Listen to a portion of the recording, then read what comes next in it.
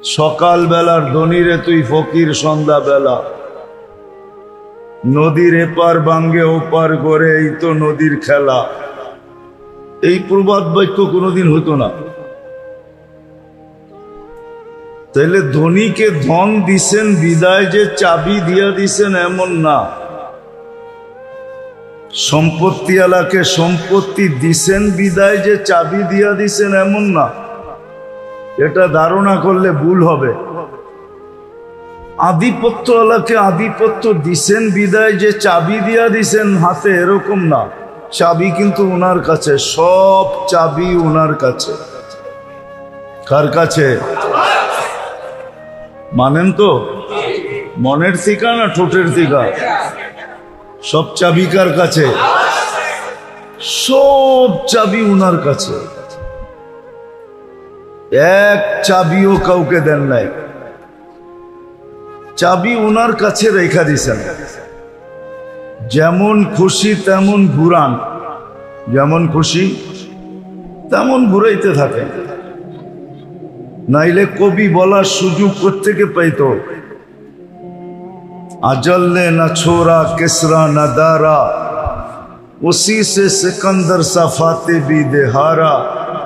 हर एक लेके क्या क्या हसस सुधारा, परा रह गया यही ठाट सारा। তাহলে দুনিয়ায় এত লক্ষ ঐতিহ্য পাওয়া যেত না। ঐতিহ্য আছে না নাই? চিনেন? আরে ঐতিহ্য চিনেন? এটা জেলা কোনটা? নারায়ণগঞ্জ না? নারায়ণগঞ্জে দুই চারটা ঐতিহ্য নাই? কোনটা? সোনারগাঁও সবচেয়ে বড় ঐতিহ্য, ঠিক না? কি আছে নাকি? ইশাখা, ইশাখা আছে, ঐতিহ্য আছে। কি আছে? এরকম হাজারো লক্ষ ঐতিহ্য দুনিয়াতে পড়ে আছে। এই জন্যই কবির বলার সুযোগ হয়েছে যে ঐতিহ্য আছে, মালিক নাই। চাবি যদি মালিকের কাছে থাকতো তাহলে কোনোদিন সে যেতে চাইতো না। কি চাইতো? চাবি কার কাছে? উপরে চাবি। বিদায় যেটা বুঝাইতে চাইতেছি আমি, যেটা বুঝাইতে চাইতেছি আমি, চাবি কিন্তু আল্লাহর কাছে। যদি মনোযোগ দিয়ে না শুনলাম আর কথাগুলা দিলে যদি না গাঁথলো, তাহলে জীবনের চাবি আমাদের কাছে না, জীবন কিন্তু কেটে যাবে। জীবনটা কেটে যাবে। একদিন আপনি আর আমি মৃত্যুর কোলে ঢলে পড়ব, কিন্তু প্রশ্ন উত্তর জায়গাটা জায়গায় থেকে যাবে। প্রশ্ন উত্তর, জীবন কিন্তু কেটে যাবে। মৃত্যুর কোলে ঢলে পড়ব, জীবন শেষ, কিন্তু প্রশ্ন উত্তর কিন্তু জায়গাটা জায়গায় থেকে যাবে। কেননা এটা অস্তিত্ব কে দিছে? যদি মানেন যে এটা অস্তিত্ব আল্লাহ দিছে, এটাকে সাজাইছে কে? এটা তো সাইজা আসে নাই। মার পেটের থেকে যখন আসছিল তখন বিলকুল সাজাহীন আসছিল, কোনো সাজ নাই। এই জন্যই তো এটাকে শিশু বলে, কি বাচ্চা বলে, ঠিক না? কি বাচ্চা বলে না? শিশু বলে, বাচ্চা বলে, ঠিক না? কোনো সাইজা আসে নাই। সাজাইছে কে? শুধু অস্তিত্ব দেন নাই, সাজাইছেন। শুধু সাজান নাই, যতদিন আছি অতদিন 24 ঘন্টা রক্ষণাবেক্ষণ কে করতেছেন? 24 ঘন্টা রক্ষণাবেক্ষণ কে করেন? 24 ঘন্টা নুন কার খাই? কিন্তু প্রশ্ন করেন নিজেকে যে আমি গুণ কতটুকু গাই। যুবকদেরকে বলি, প্রশ্ন করো নিজেকে যে আল্লাহ যে 24 ঘন্টা আমাকে নুন দেন, নেয়ামত দেন, আর আমি 24 ঘন্টা ভোগ করি, 24 ঘন্টা ভোগ করি, একটা উদাহরণ দিলে বুঝে আসবে কি জানি না। কয়েকদিন আগে না প্রচন্ড গরম ছিল, গায়ে লাগলে মনে হতো আগুন লাগছে, ঠিক না? তাপমাত্রা 50-এর কাছাকাছি চলে গেছে, 40-45 পর্যন্ত চলে গেছে, ঠিক না? সত্য তো? ওই সময় শ্বাস প্রশ্বাস নিচ্ছেন না নেন নাই? হ্যাঁ, কিন্তু শরীরে লাগলে তো মনে হয়তো আগুন লাগছে, ঠিক না? কিন্তু শ্বাস দিয়া ওই গরমটা ভিতরে যাইতে দিছে আল্লাহ না দেয় নাই? হ্যাঁ, যদি যাইতে দিতেন, আপনার শরীরটা বেশি নরম না ভিতরের শ্বাসনালী বেশি নরম? হ্যাঁ, শরীরে লাগেই যত এত জ্বালা হইতো, গরম অনুভব হইতো, যদি ওইটা শ্বাসনালী দিয়া যাইত তো আপনার কেমন হইতো? একটু ভাবেন না? কিন্তু আপনি ডেলি সারাদিন শ্বাস নিছেন, একবার রোদে দাঁড়ায়া পর্যন্ত নিছেন, নেন নাই? রোদ দিয়ে হাঁটতে হাঁটতে নেন নাই? কিন্তু আল্লাহ তো গরমটাকে শ্বাসনালীর ভিতর দিয়ে যেতে দেয় নাই। আল্লাহ বলছে তুই শ্বাস যাবি বটে, কিন্তু গরম যাবি না। শ্বাস যাবি বটে, কিন্তু কি যাবি না? গরম যাবি না। আবার ভিতরে নিয়ে এটাকে আল্লাহ আবার ঠান্ডা করছেন, নাইলে আপনি একটু পর পর জামার বুতাম খুইলা বুকে ফু দিলে ঠান্ডা লাগতো না গরম লাগতো? ভিতরে ঠান্ডা কে করলো? বাহিরে তো সব গরম। এই যে আল্লাহ নুন 24 ঘন্টা কয়েকদিন আগে আপনি বুক করলেন, আল্লাহ যদি বলতো যেই গরম গায়ে লাগে ওইটাই ভিতরে যাবে, তাহলে আপনি কি করতেন? ঘরে নাইলে এসি লাগাইলেন, ভিতরে এসি লাগাইতেন কোত্থেকা? ভাবছেন কোনোদিন? কোনো যুবকও তো ভাবে নাই, কোনো নারীও তো ভাবে নাই। এই জন্য আমি কথা গুছায়া নিয়ে আসতেছি। 24 ঘন্টা আল্লাহর নেয়ামত ভোগ করি, কিন্তু গুণ কতক্ষণ গাই?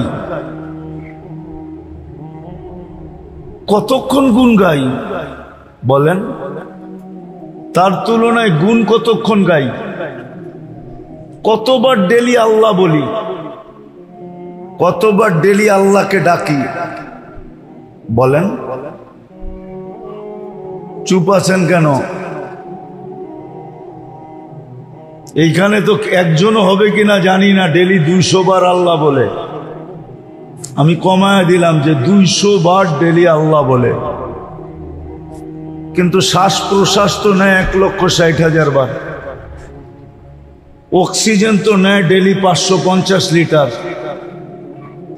আল্লাহ কিডনিকে ডায়ালিসিস করেন ডেলি কুদরত দ্বারা 36 বার। হ্যাঁ, চোখ দিয়া যখনই দেখি তখনই 26 কোটি ক্যামেরা কাজে লাগায় দেখি।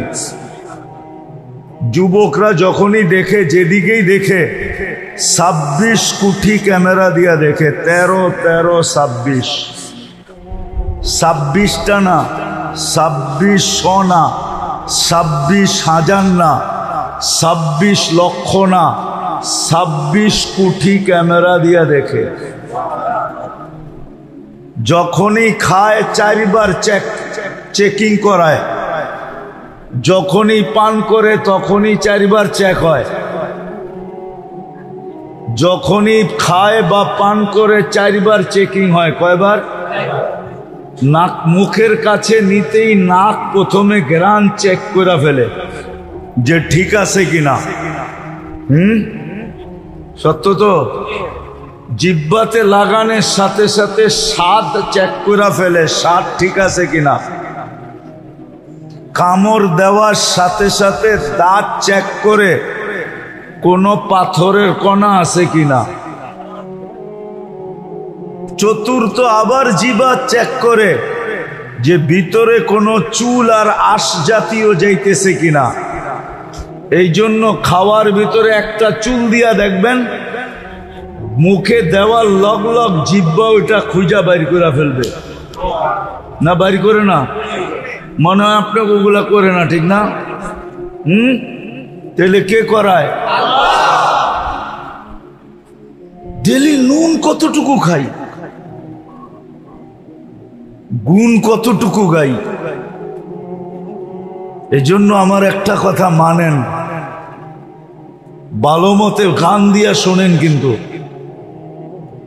যে আল্লাহ মুসলমানের ঘরে আমাদেরকে অস্তিত্ব দিছেন নিজের পছন্দে। কার পছন্দে? আপনি নিজের পছন্দে মুসলমানের ঘরে আসছেন? নিজের পছন্দে মানুষ? আপনি কার পছন্দে মানুষ? মুসলমানের ঘরে কার পছন্দে? উম্মতে মুহাম্মদী কার পছন্দে? আপনাকে পছন্দ কে করছে? আল্লাহর পছন্দের কোনো দাম নাই। দুনিয়ার প্রধানমন্ত্রী যদি পছন্দ করে এটার যদি ভ্যালু থাকতে পারে, প্রেসিডেন্ট পছন্দ করলে যদি এটার ভ্যালু থাকতে পারে, সমাজের বিত্তবান ব্যক্তি যদি পছন্দ করে এটার যদি ভ্যালু থাকতে পারে, তাহলে আল্লাহ যে আপনাকে তিনবার পছন্দ করলো এটার কোনো ভ্যালু নাই? ভ্যালু বুঝেন তো? কোনো মূল্য নাই, কোনো দাম নাই।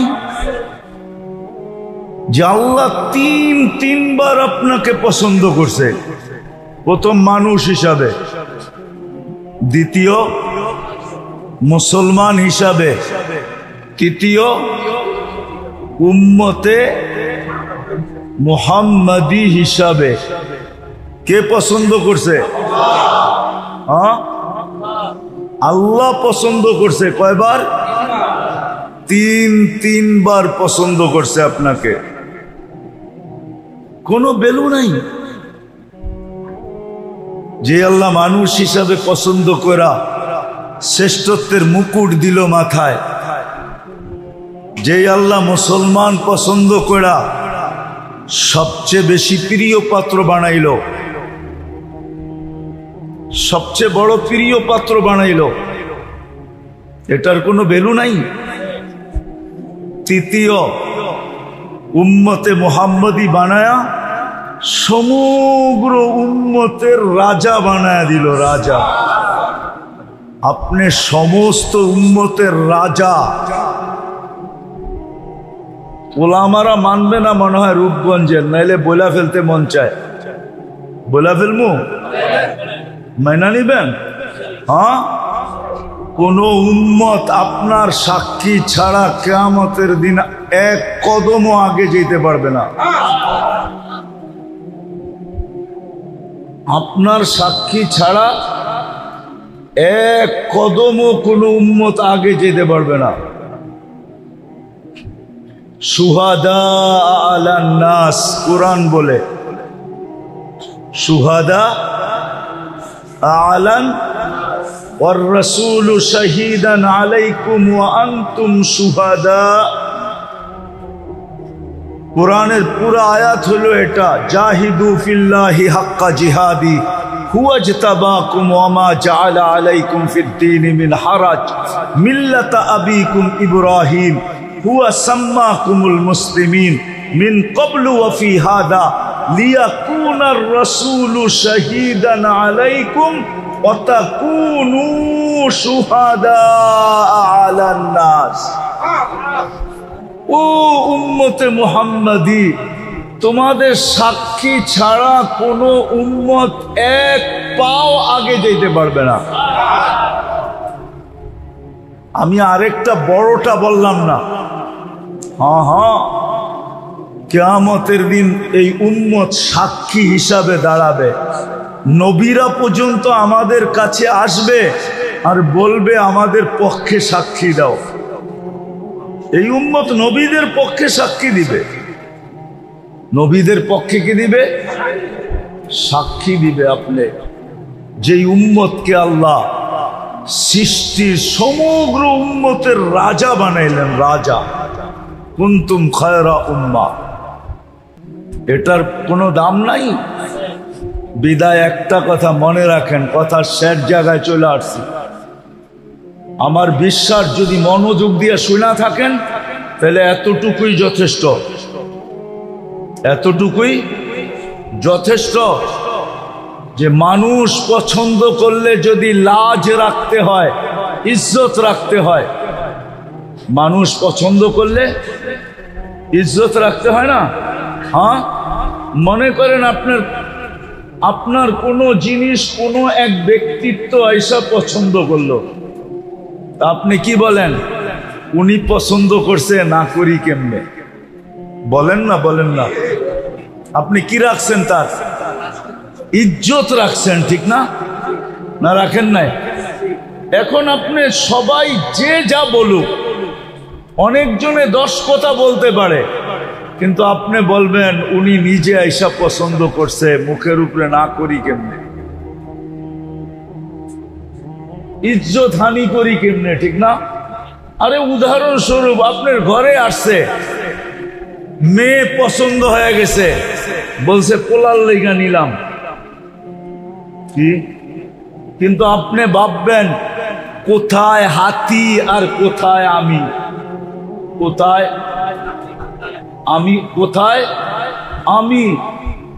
মানুষও বলবে এত বড় হাতির লগে সম্পর্ক কইরা তুই সামলাবি কেমনে? কিন্তু আপনি কি বলবেন? পছন্দ করে ফেলছে, মুখের উপরে না করি কেমনে? ইজ্জতের দিকে তাকায় কিছু বলতে পারতেছি না, নাইলে নিজেও তো বুঝি, নিজেও তো বুঝি। যদি দুনিয়ার এটা বোঝেন তো আমার এটা কেন বুঝবেন না? যে আল্লাহ 3 বার আপনাকে পছন্দ করলো, মানুষ হিসাবে, মুসলমান হিসাবে, উম্মতে মুহাম্মদী হিসাবে, শুধু উম্মতে মুহাম্মদী হিসাবে না, সমস্ত উম্মতের রাজা বানায়া, সমস্ত উম্মতের থেকে শ্রেষ্ঠ বানায়া, সমস্ত উম্মতকে আপনার দ্বারস্থ কইরা, দ্বারস্থ বোঝেন? কিয়ামতের দিন আপনার সুপারি, আপনার সাক্ষী ছাড়া 1 কদম আগে যেতে পারবে না। জান্নাতে ওই পর্যন্ত যেতে পারবে না যতক্ষণ পর্যন্ত আপনি আর আমি ফিতা না কাটি। ইন্নাল্লাহা হাররামাল জান্নাহ আলাল উমাম, আল্লাহ সব উম্মতের উপরে জান্নাত হারাম করে দিয়েছেন। হাত্তা তাদখুলা উম্মাতা মুহাম্মদ, আমরা যতক্ষণ পর্যন্ত জান্নাতে না যাব, সব উম্মতের উপরে জান্নাত হারাম, কেউ যেতে পারবে না। জানি না ওলামা রাগ হয়ে যাবে কিনা, কোন নবী রসুল পর্যন্ত যেতে পারবে না যতক্ষণ পর্যন্ত আমরা আমাদের নবীজি সহ না যাব। এত বড় মর্যাদা যে আল্লাহ আপনাকে দিল, আপনি ওনার লাজ ইজ্জত রাখবেন না তো রাখবেন না কেন? আজকে তো এই জন্যই ওই আল্লাহর ইজ্জত আমরা রাখি নাই, যার কারণে মুসলমানের আজকে এই দুরবস্থা, যেটা সারা দুনিয়ায় দেখতেছি। এই দুরবস্থার কারণ শুধু আমরা আল্লাহর ইজ্জত রাখি নাই, আল্লাহর ইজ্জত রাখি নাই। একটা উদাহরণ দেই, দুনিয়ার কোন ব্যক্তি আছে এত সহজে এত বড় জিনিস আপনার হাতে উঠায় দিবে? আমি দেখাইতেছি। মাগরিবের নামাজে মসজিদ বড়া ছিল, অথচ মাগরিবে তো হওয়া উচিত ছিল যে জুমার চেয়ে বেশি ভিড়। হুজুররা কইব জুমার চেয়ে বেশি ভিড় মাগরিবে, মানি আমি দেখাইতেছি জুমার চেয়ে বেশি ভিড় হওয়া দরকার ছিল। কেননা মাগরিবের নামাজ পড়ার সাথে সাথে যেই ব্যক্তি 7 বার পড়ছে আল্লাহুম্মা পড়েন, আজিরনি মিনান নার, এখনো সুযোগ আছে, মনে মনে পড়া ফেলেন। যেই ব্যক্তি 7 বার পড়ছে আজিরনি মিনান নার, সাথে সাথে দোজখ থেকে মুক্ত। ছোট পাওনা মনে হয়? কি? দোজখ থেকে মুক্তি। ফজরের 1 মিনিট 1 সেকেন্ড আগেও যদি মারা যায়, সুবে সাদেকের 1 সেকেন্ড আগেও যদি মারা যায়, তো শাহাদতের মৌত মিলবে। দ্বিতীয় কি মিলবে? কি মিলবে? শাহাদতের মৌত। এই জন্যই তো আমি বলি ওলামারা মনে হয় আমার কথা মানবে না, কিন্তু আমি তো কাগজ লোগো নিয়ে আসি নাই, কিন্তু প্রমাণ দিতে পারি। এই জন্যই আমি বলি যে এই উম্মতের স্বাভাবিক মরার কোনো সুযোগ নাই, যদি সে একটু সতর্ক থাকে। স্বাভাবিক মরার কোনো, স্বাভাবিক বুঝেন, স্বাভাবিক ভাবে মরার কোনো সুযোগ নাই। কেননা এই উম্মত যদি একটু সতর্ক থাকে, যখনই মরবে শাহাদাতের মৌত মরবে। কেন জানেন? এই উম্মতের জন্য শাহাদাতের প্রকার হলো 56টা। কয়টা? কয়টা? আবার বলেন। মানে হুজুর আগ করে রয়েছে যে কয় কি? আমার কাছে দলিল আছে, দরকার হলে নিয়ে যায় না আমার কাছে, আমি একবারে কপি করে পাঠায় দিব, কোনো অসুবিধা নেই, প্রমাণ সহ। 56 প্রকার শহীদ, 56টা প্রকার হলো এই উম্মতের জন্য শাহাদাতের। বলেন ওই উম্মত স্বাভাবিক মৌত মরে কি করে? কিন্তু শর্ত হলো একটু সতর্ক হইতে হবে, একটু। এইরকম যেরকম দেখাইলাম মাগরিবের পরে খালি নামাজটা পড়বো 7 বার আল্লাহুম্মা আজিরনি মিনান নার পয়রা একটা মুস্কি হাসি দিয়া বাইরে যাব। সবাই যদি বলে হাসি দিলি কেন? কয় কাম কইরা লাইছি, কাম কইরা ফেলছি, কাম হয়ে গেছে, দোজখ থেকে মুক্তি। সুবে সাদেকের 1 সেকেন্ড আগেও মরলে শাহাদাতের মৌত। তৃতীয়, যে শাহাদাতের মৌত মরবে সে যাবে কোথায়? তাইলে জান্নাতের প্রবেশপত্র।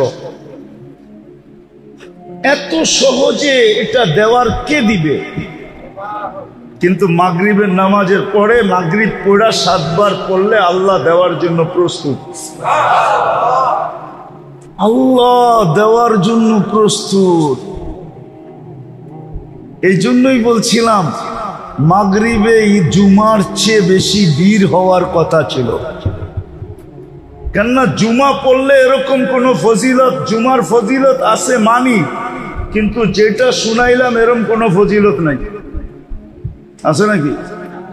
বলো গোলামা, জুমার ফজিলত ভিন্ন, কিন্তু এরকম না যেরকম মাগরিব পড়া 7 বার পড়লে যেই ফজিলত বললাম, এরকম না। তাহলে জুমার চেয়ে বেশি ভিড় হওয়ার কথা ছিল কখন? আবার জুমার চেয়ে বেশি ভিড় হওয়ার কথা ছিল ফজরে। ফজরে যে নামাজ পড়বে আর 7 বার পড়বে আজিরনি মিনান নার, আল্লাহুম্মা আজিরনি মিনান নার, যে পড়বে সূর্য ডুবার 1 মারা গেলেও শাহাদাতের মৌত, জাহান্নাম থেকে মুক্তি, জান্নাতে ঢুকার প্রবেশপত্র। কিন্তু মাগরিবে যা হয় হয়, ফজরে তো এর 10 ভাগের 1 ভাগও হয় না, কোনো মুসল্লি হয় না। হয়? বহুত মসজিদ আছে ইমাম আর মুয়াজ্জিন দেখতে দেখতে দেখতে সূর্য উঠার 10 মিনিট আগে পড়ে, চল ছোট সূরা দিয়ে পড়া ফেলি, আর কেউ আইব না। ঠিক না? এরমই তো। অথচ আপনারা বলেন যা দেখলাম, হেলিকপ্টার দিয়ে দেখলে একটু ভালো হইতো, হাইটা দেখছি তো যেই ঘন বসতি, হেলিকপ্টার দিয়ে দেখলে মনে হয় আরো ভালো মতো বুঝতে পারতাম যে কেমন ঘন বসতি। ঠিক না? এত ঘন বসতি হওয়া সত্ত্বেও ফজরে কোনো মুসল্লি নেই, ফজরে কোনো মুসল্লি নাই। অথচ আল্লাহ ঘুমের থেকে উঠাইতেছে এই কথা বইলা, খায়রুম মিনান নাওম, ঘুমায় আর কি মিলবে তোর, আয় আমি কি দিতে চাই, আয়। ঘুমায় আর কি মিলবে? আমি কি দিতে চাই, দেখ আয়। তাহলে ফজরে উঠছে পড়া বীর থাকা দরকার ছিল, জুমার চেয়ে বেশি বীর হওয়া দরকার ছিল, আসরেও জুমার চেয়ে বেশি বীর হওয়ার দরকার ছিল। কেননা হাদিসে আছে, মান সাল্লাল বারদাইন দাখালাল জান্নাহ, যে ফজর আর আসর পড়ল সে যেন জান্নাতেই আছে,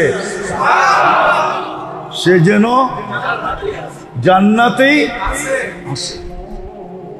জান্নাত অবধারিত, অথচ